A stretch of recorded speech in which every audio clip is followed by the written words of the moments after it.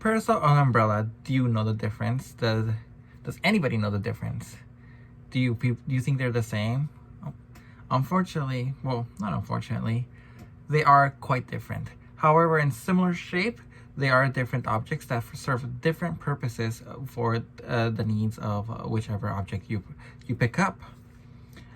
One of the biggest things that do bother me whenever I go to like a park or like a convention, people have parasols and people are like, oh, that's a really cool umbrella you got there. I'm like, no, that is a parasol. Very different. An umbrella is made of more of a thicker fabric, water resistant for you to be able to protect yourself from the rain coming down on you. This is called an umbrella. A parasol is something of a much lighter and thinner fabric to be able to provide a shading from the condition of any the sun or any sort of light source that might be an inconvenience or a nuisance to you, thus serving the purpose of providing shade. I encounter this problem a lot, especially coming from when I came from Mexico. A lot of people would say paraguas or sombrilla. And the name itself says the two different words.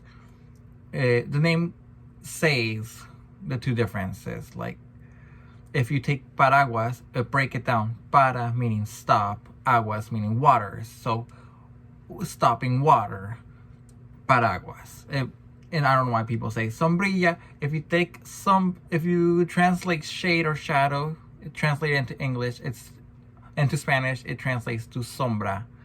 So sombrilla meaning shading or shadow. So you can see how it breaks down to two different objects, and I've seen it a lot when I was in Mexico, saying like, oh, me gusta tu sombrilla, and I'm like, no, that's not a sombrilla. That's not a parasol. That's a umbrella.